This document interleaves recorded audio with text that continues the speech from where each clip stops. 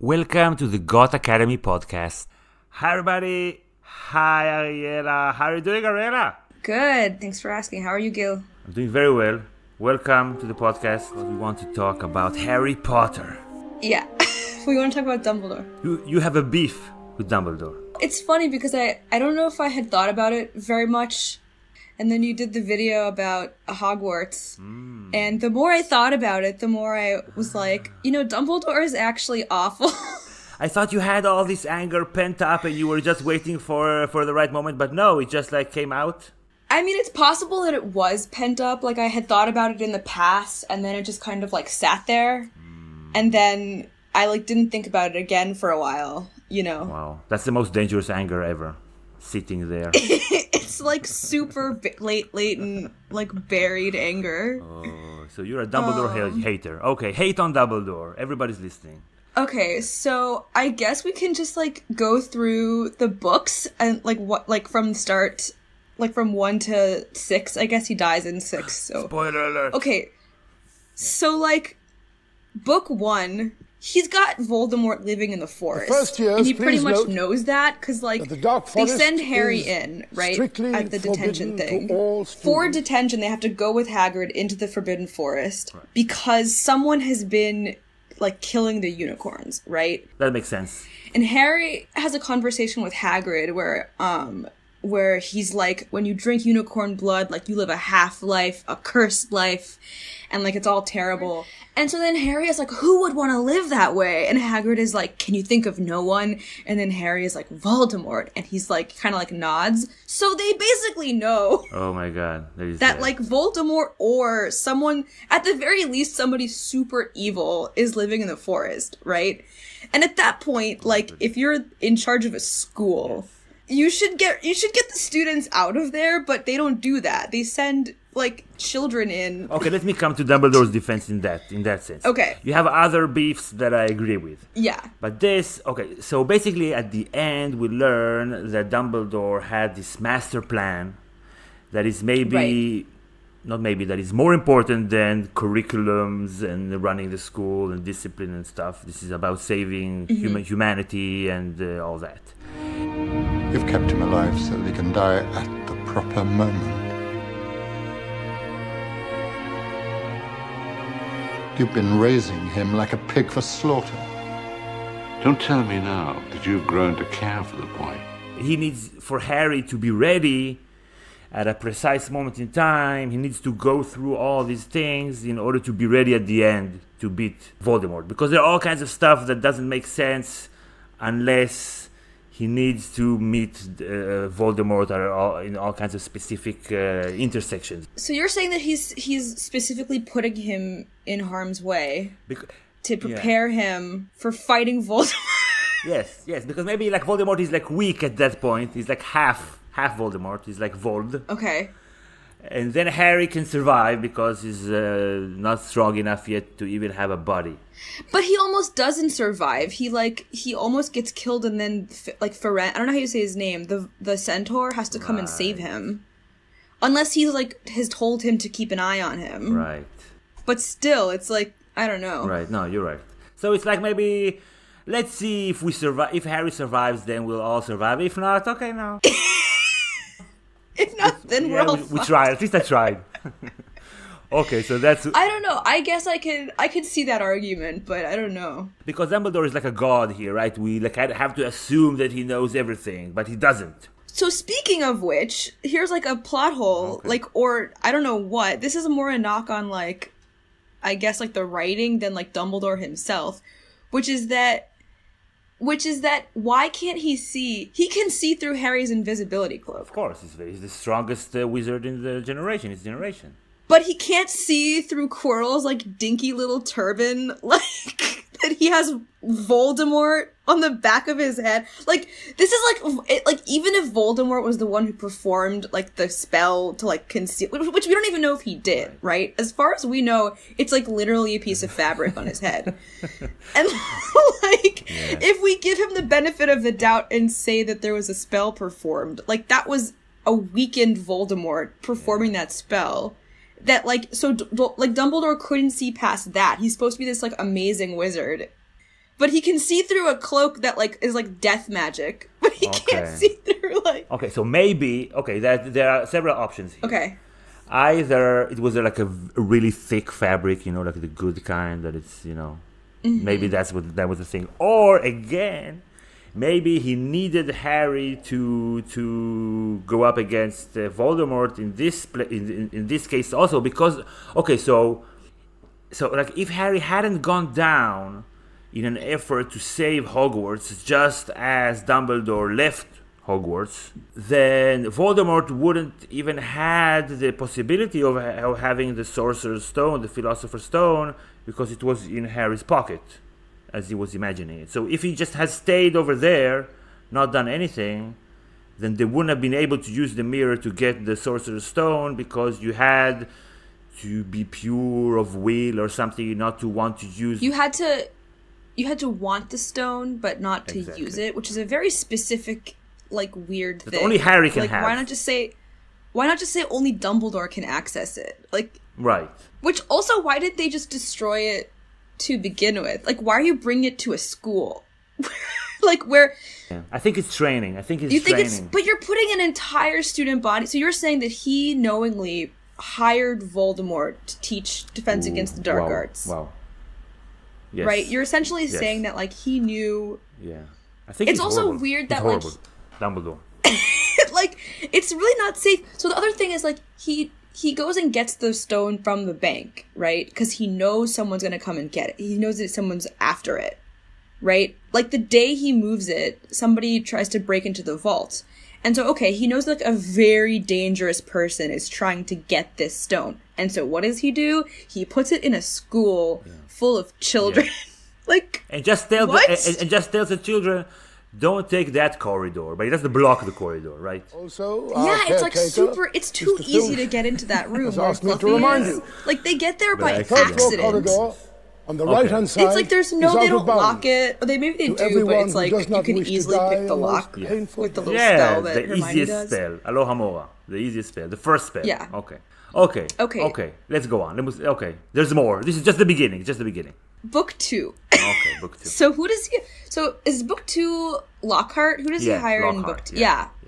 Okay, so let's, like, talk about... I guess, like, this is a good opportunity to take a sidebar and talk about his hiring practices. Because, like... Yeah, wow. It's really bad. Like, he keeps hiring these really untrustworthy, awful people. Like, what is his vetting process? Like, Lockhart... I'm not sure. Is obviously a bullshitter. Yeah. Like, it's very clear to the reader. The other professors don't like him. Yeah. Right? And he doesn't, like, actually know what he's talking about. Like, he just kind of... He, like, asks them questions about, like, his favorite color in, like, tests and stuff. Like, he's so unqualified to teach. What was the interview like? Like... Yeah, exactly. Same with Quirrell. Because Quirrell, at best, is this, like, stuttering, if... Like, suppose that Quirrell weren't, like, secretly evil, I would not trust him to defend me against a mouse. Like, why is he teaching me defense against dark arts? Like, what? Right. Yeah. And then, I guess Lupin's okay, they're friends, right? Yeah, no, Lupin's He's like okay. a werewolf. Lupin's good. So I'll give him a pass for Lupin. But then Moody is also weird, because, like, they're supposed to be friends. Like, they were in the Order of the Phoenix together. Right. Like, they go back. But then the Moody he hires is not Moody. He's this weird, like, jittery Death Eater who, like, takes over his body with a polyjuice thing. Yeah. I feel like you should be able to tell the difference. That's, like, not my friend. Right. And here Dumbledore doesn't notice. Here I can't say that maybe he knew. No, he doesn't know. For, like, a long time. Right at the end, he said, I figured because I asked Moody to do something to stay here, and then he didn't stay here, and this is how I knew that it was actually somebody else. Yeah, he's like, I thought there was something going on. And also, like, again, like, he can't see past a polyjuice. Like, he can't tell. Right. He can't, like, detect the magic. How good of a wizard is he really? Right. So he has a very weak bullshit detector. Yeah. And a very weak magic detector. Like, there's some kind of magic going on here, and he doesn't know. Yeah. Yeah. Oh my goodness. Okay, go on. This is getting very bad now. So back to book 2, right? Okay. What happens? The Chamber of Secrets... Okay, so the kids are getting petrified around school. Wow, yeah. There's this blood on the wall writing that says, the Chamber of Secrets has been opened. At that point, I feel like you evacuate the school. Like, I feel like you send kids home. You know what I mean? Like, just go home for a few weeks. We're gonna figure this out, right? Are they talking? They're talking about it though. But what do they end up doing instead? Is they have the kids like duel each other. Like that was the big thing that year, was they learned like the Expelliarmus. But I guess like you need to know that to fight Voldemort. That would play into your theory that like he's training Harry or something. And so he's putting everyone at risk, but it's a calculated risk because they're gonna be at risk anyways because Voldemort is coming back. There's been if we're taking that prophecy. theory, yeah. Yeah, if we're taking that theory. If we're not taking that theory, then Dumbledore is just, I don't know, doesn't make sense. That he knew that all kinds of shit was going to go down, and since Harry was the only person who was able to beat Voldemort because he had some part of Voldemort in him and the magic the mommy magic thing going on, protection. I guess just maybe also this is kind of like a repudiation of mothers, that other mothers probably didn't love their children as much as Harry's mom loved him, and this is why her love protected him, but the other mommies, no, they were just like, maybe they just liked the children. That's why their magic wasn't strong enough. And it's only the mom, the dad also. This is only the mom that could I love feel like I've heard you complain about this before, where like you go to like the other moms at school are like mean to you or something. Yeah. No, the other moms are great. It's the professionals who are all females, and there's just like this underlying assumption that is not even spoken, that either I don't know what I'm doing or... Okay, so I'm divorced. I have a daughter. You met her a few minutes ago. So just the other day with a neighbor, I asked the neighbor for a cork opener for the wine, whatever, and then I gave it back to her, and she's like, "Oh, so your daughter is visiting?" And I'm like, "No, she lives here." Yeah. Come on. So it's like women playing at work. Yeah. Like they're playing at being at work, so I'm like playing at being a father. So that's my beef. That's so. It's so funny too, because I feel like moms complain, like the whole thing of like women's complaints are like, well, women have to do all of this work, and then if the man like shows up for like, you know, the, what is it called when you get the like the sonogram or whatever it's called, like if he shows up for a doctor's appointment, it's like he's a hero. Yeah. And like you have to. It's the same thing. It plays into the same. It's like both sides it's like, of the men coin. are such bad. They're so bad at being parents that it's amazing if they like do this one thing. It's like all comes from the same place, but it's frustrating for everybody. Yeah. For everybody. Like, yeah, I'm not getting so many compliments that I love my daughter and I enjoy raising her and spending time with her. I'm like. But it's like, but inherent in that is like the fact that like you're incapable. So it's like amazing. Exactly. Yeah. Exactly. Yeah. Exactly. Yeah. There's a lot to rant about. Okay. There's always Let's go back much. to the always so much. It's okay. So much. So this is my favorite. This is my favorite ranting though. Okay. Go. Aw. Okay. Oh, you mean about like being a dad? Yeah. Because this is the like, you know. So I'm like white, mostly white in Israel. So I'm Jewish. So in Israel I'm the majority. Right. So I don't have a lot to really complain about and feel oppressed here. You have righteous anger. Yes, finally. That makes sense. I would enjoy that too. Yeah. Okay, go ahead. Okay, so so then like the big thing for me in book 2 is like it doesn't seem that he's ever spoken to Moaning Myrtle. Like, she died at school. Right. Years ago. And she knows that like the basilisk is in the pipes because she tells Harry and Ron. Right. She also was killed by the basilisk, right? Like, Tom Riddle killed her. Right. So she knows everything. And, like, Dumbledore only would need to question her and, like, learn all the info. Because he says, like, oh, we looked for it, but we never could find it. Because this happened, like, how many, 30 years ago or whatever? Like, 20, 30 years ago? Wow. And Dumbledore was in charge then. And so it's like, okay, like, this thing was opened. You had a student die on school grounds. And you never, questioned her about it? Like, she's right there. She's right there! Like, she could tell you everything you need to know. Hole. Yeah. How come Harry's better at detective work? Harry and Hermione. Yeah, these like children, these like 12-year-old kids are better at detective. Wow. That's a really good point than like the staff. Wow. Right, and there's no excuse here. Why isn't your defense against the dark arts teacher, like, on this? Like, it's like their specialty, apparently. You know? Okay. And they're I'm doing getting it... convinced. Yeah. Okay, so that's book 2 for the most part. Okay, so 3, Sirius Black's on the loose. The Dementors are there, but they're, like, sanctioned from, like, the Ministry, right? That was mostly fine. I mean, I don't know. It was, like, mostly out of his control. Except the time travel, that was kind of silly. Yeah. So he put Sirius's life, like, in the hands of 13-year-olds going back in time and not fucking it up. The time travel thing is, like, a plot hole in so many, because, like, why wouldn't you just go back? Like, if you can travel back in time, like, why wouldn't you just kill Voldemort? Yeah. Like, I don't like the travel there. I didn't like it. Yeah, that's a weird edit. And then, like, Hermione's using it to go to class. Which is, like, what?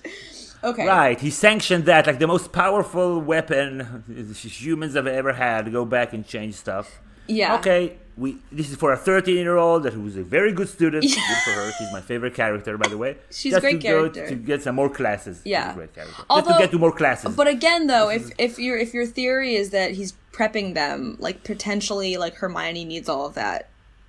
Like, all the extra class. Right, okay. So, okay, book 4. The whole Triwizard Tournament. I'm right now reading book 4 for my to my daughter. Okay, go ahead. Oh, really? Where are you in it right now? We just finished the ball. We're like 2/3 of the way through. Okay. I'm afraid to get to the end because it's very scary. Yeah, because super scary. There's it's your first death in book 4. Yeah, and Voldemort is coming back. Yeah, he's back and better than ever.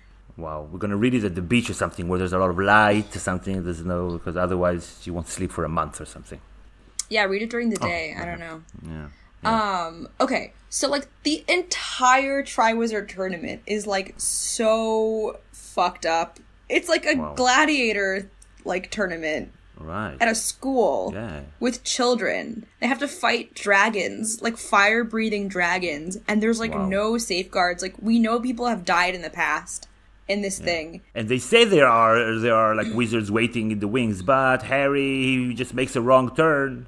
Nobody's quick enough to do anything. Yeah, like, why are you even holding a tournament like that? Like, it doesn't make any sense to me. It's like, these are kids, and, like, only 7th years can do it. But, like, that's still a 17-year-old kid, like, who is not even, like, legal age. As I was reading it, I was thinking, it didn't pay off at the end, though. I was thinking that maybe he was, like, building a coalition of good-willed people because he knows that at the end we're going to have to cooperate, all of us, against the evil. But there wasn't a payoff. We didn't see any Beauxbatons or Durmstrang people fighting or doing anything, right? I don't remember anything. Yeah, no, I mean, because it was just Harry and Cedric at the end. Well, because what happened was they... No, I'm saying like at book 7 or something. Oh, like yeah, maybe that doesn't fit in. Maybe he was building a coalition. But yeah, I don't... I remember I was thinking that as I was reading, but I don't remember any payoff. The only person I can think of is, like, Fleur and her sister, but that's only because she marries, Percy. Weasley. Yeah. Bill. No, Bill. She marries Bill, the hot one. I'm just kidding. Okay, so... Yeah. Anyway. Then, when Harry's name gets pulled out of the thing, no one is like, oh, you're too young, like, can't do it. They're like, well, his name came out of the goblet, so we have to put him in. Like, so that's it, yeah. Yeah. He has to die. Like, what? Sorry, Harry. It's the rules. The rules say you have to die. Yeah, and I just want to make a side note here also, and I complained about this in my comment too, of, like, the way that the press covers this event is, like, really messed up. Like, I get that it's, like, a tabloid doing it, but the fact that they're like, oh, like, who is Harry dating, and, like, all this stuff, when it's like, these are children who are, like, fighting for their lives. Like, and you're covering their dating life. It's just... and also who's interested in the dating life of 14, 15 years? Yeah, that's like so weird. Like, that's creepy. Yeah. This is creepy. Like, what? And they're doing, like, really, like, weird, gross things to get these stories. Like, I don't know, like, the way that she's, like, manipulating Harry and, like, getting him in this room alone and, like, all this stuff. I don't know. It's just... And then, like, why isn't the Daily Prophet, like, doing a whole expose on, like, should we still be doing this tournament in, like, 1994 or whatever year it is? Like, this outdated thing that's putting children at risk. Like, do the parents know about it? Like, what do they think? This all goes back to Dumbledore. Like, this could be like a big expose on like Dumbledore's mismanagement of Hogwarts, and like it never. Yeah. I don't know. Yeah. Everybody just accepts it. A lot of dangerous shit happening at this school. Book 5. What's happening in Book 5? Book 5. Well, we get Dumbledore Umbridge. ignores Harry the entire time, and we get Umbridge. Also, Yeah. okay, so why? So my beef in the video that you mentioned. Why does he hire Filch, a person who hates children, Yeah. who wants to torture them? Like what? You can't find anybody else who can manage the. And he's not even doing like a crazy job. It's like not like, oh, nobody else can do this job that Filch does. Yeah. It's like, oh, I think it's just like, oh, Dumbledore has like a soft spot for people who don't fit in because he's like a squib. It seems like almost like he hired Filch as a favor to someone. Like, oh, this guy can't get a job, and like, it's very weird. And like he like you mentioned, like he reminisces about like the days when you could like torture children. Like, yeah, good old days. and then he does, like, first chance he gets, right? Because in book 7, right? Or like when like the second that with Umbridge, yeah. it's like when somebody else is in charge. Oh yeah, he's like helping Umbridge, like, because she tortures Harry too, like with the writing in blood. And like apparently, oh, here was another thing that made me like was like very confused. Apparently, it's like I didn't remember like the Dumbledore, like that post, Defense Against the Dark Arts, is like literally cursed. Like Voldemort cursed the position because he couldn't get hired for it or whatever. But it's like, if he cursed the position, if that's like the problem, why wouldn't you just start and like create a new position? Like teach the same basic stuff. Fighting against the backup. Just like manipulate, like do a little creative like naming. I feel like you could solve that problem pretty easily. It's a copyright thing. It's like not defense against the black arts. It's attacking the black arts. It's offense against offense. The best defense is offense. Everybody knows that. That's very true. So I don't know. That's like, I feel like that's a detail that was added later, but maybe not a very good one. Wow. Okay. So Dumbledore is very sketchy. Yeah, he's like, he has poor judgment. His magic skills aren't as good as like we think they are, right? And he chooses, like, he makes his priorities are very off, right? Like he does things that puts like the student body at risk, like in favor of some other like goal, right? Like, yeah. If it's as you say and he's trying to prepare Harry, like, okay, but in the meantime you're putting all of these children at risk. And like, and you're missing a lot of things that are happening at school. Yeah, he doesn't really understand, like he doesn't see like what's happening. And then also like he can tell, I just thought of this, like he can tell that McGonagall is like has turned into a cat, right? But that might just be because he knows her and he knows like that's her thing. But she's like, how did you know it was me? She, if I remember correctly, that's right. So then why can't he see Ron's rat? What's his name? Ah, right. And somebody... Pettigrew. Yeah, Pettigrew. Why can't he tell that that's him? Side note, I remember... I saw this YouTube video, like, years ago. I can't remember, like, what it was. But somebody made this point that, like, when Harry and Ron, they get the Marauders map, like, they can see, like, they can see people on it. Like, they can see Peter Pettigrew on the map. So then how come all those years that Ron and George... Or that George and... Fred. How come all those years that Fred and George had the map, like they would have just seen some guy named Peter with Harry and Ron, and they never questioned it. I cannot take credit for that. Somebody else mentioned it, but I just think that's like an interesting side note. But like, so yeah, what is Dumbledore's capability of seeing like the transfiguration, like the people as animals? Because like he can see it in one case, but he can't see it. Right, he's not. He's just not consistent. I think it's not an accident. Maybe that you mentioned now this plot hole about the Marauders map. It's like as if Dumbledore is J.K. Rowling. So he will do what needs to be done. Okay, I love her. I think she should get a Nobel Prize, not only for writing, but like a Nobel Peace Prize. Mm-hmm. I think she raised like an entire generation of progressive people who just, the most favorite thing to read was a vehemently anti-racist story. Yeah, incredible that's story. really true. What was I going to say? Something. Now I feel Marauders bad map. about saying anything bad about her. Everything that I'm going to say now is meaningless compared to We're all gonna the good we're gonna that say this she with did, like the right? qualifier that we think net she's great, but she's we're great. nitpicking here because we have too much free time. Well, I guess this is your job, but anyway. Yes. Some of us has too much free time. Half of us. I don't know which half. I'm not sure. Let's let the audience figure that out. Sure. So she just like needs what she does what she needs to do in order to get the story forward, and she's very manipulative. Like in the fourth book, she tries very hard to make us suspect that Ludo Bagman is the bad guy. She's very manipulative in doing that. He's like consorting with goblins, and everybody's and Rita Skeeter says something ominous about him, and you're like, okay, I got it. I really do not remember He's Ludo the bad Bagman. guy. I'm just now rereading it. Was he a ministry guy? Who was that? Yeah, ministry guy. He was like a happy-go-lucky guy. Everybody Hmm. likes him. He was like a former Quidditch player who became... Okay. He's like the anti-Mr. Crouch. Like Mr. Crouch is like super serious, and he's just like jolly and unserious, whatever.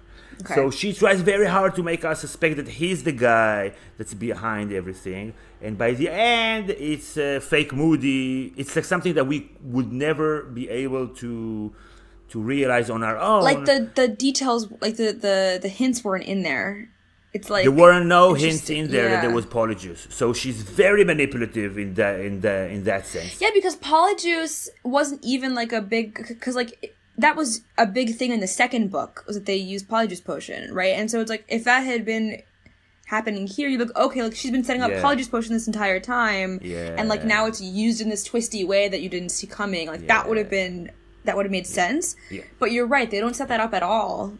And like we also don't know, it's not like Moody was a character we knew from before either, that like now he's acting Right. weird. Right? And his son and Crouch's son, who's the fake Moody, we don't know him at all. So it's not Right. like we're invested in this bad guy. And this is like one example. And also in book 5, so after book 4, Voldemort is back, right? So spoiler alert to my daughter, right? She's sitting right here.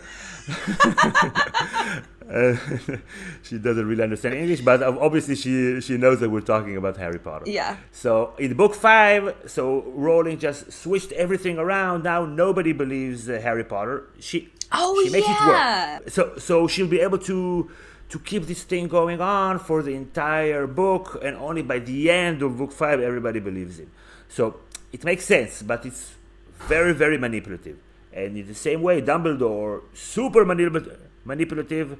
You can say either that is, I don't know, maybe I'm giving him too much credit, but even if he didn't foresee all the things that are there, obviously he prepares Harry for this horrible task without letting him know, with manipulating him. So maybe like he's her alter ego of all plot holes. Yeah, I mean, that makes sense. Like, usually when you're writing, like, the characters are all kind of, like, they're you, but there's always one that's, like, a stand-in for you, like, the most. Maybe hers is Dumbledore. I don't know. This, you also thought that, Tarantino's stand-in was Polanski, so... Yeah, I'm not sure about that 100%, but I'm like... I'm gonna maybe that take was my this with a theory. grain of salt. It's an interesting theory. And then he never actually helps Harry either, right? He always just kind of like waits for Harry to like get it done. But that could be like maybe good parenting. I don't know.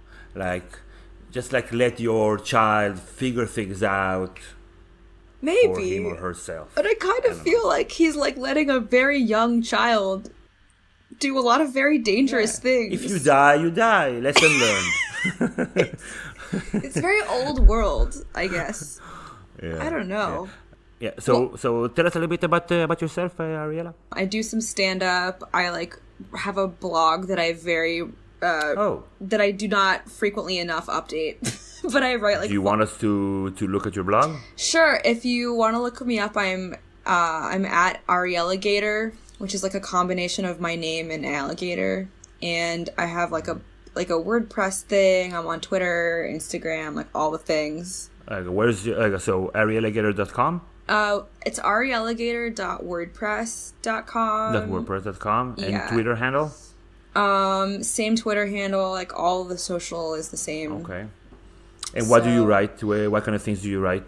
I write really random stuff. Like I wrote The Gentleman's Guide to Surviving in the Me Too Era. I wrote. Oh, really? Yeah, I What's think that? Oh, it's pretty. You know, it's Oh. pretty funny. Let's see. I oh, wrote. I'm very interested. You have to send that to me. I'm actually working on one now about Joe Biden, but I haven't like finished it yet. But that is like Okay. somewhere. It's about how Joe Biden is a cannibal. I think that he might be. Like a metaphorical cannibal or an actual No, cannibal? I think that he's like a closeted cannibal, and that's like why he's like gets very close to women, you know? Like I don't think it's like a sex thing. I think that he like wants to eat them and he just can't. It's not that he's an idiot. It's not that he's an idiot or something. I like that. think that he like deliberately like put himself in a job where he's in the public eye because it's the only way to truly guarantee that he won't give in to his basest instincts of devouring human flesh. Sounds like a very solid It's journalism. a pretty Okay. solid theory. Okay.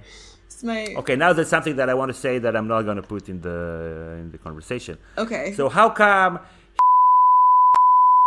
maybe he just ate them? This is not for air though. Where are the bodies? We can't find them. Yeah, where are the bodies exactly? Yeah, definitely don't keep that in. But it's terrible. It's terrible. Yeah, it's just us, so nobody cares. Okay, so Ariella, I had a wonderful time. I had a blast. I had a great time blast. too. Thanks for having me. This is so fun. We have to do it again. We have to do it Of course. again. Okay. Of course. Boom. So let's do it again and let's stay in touch. So thank you everybody for tuning in, Thank you. and we'll see you all next time. Bye. Bye. Everybody.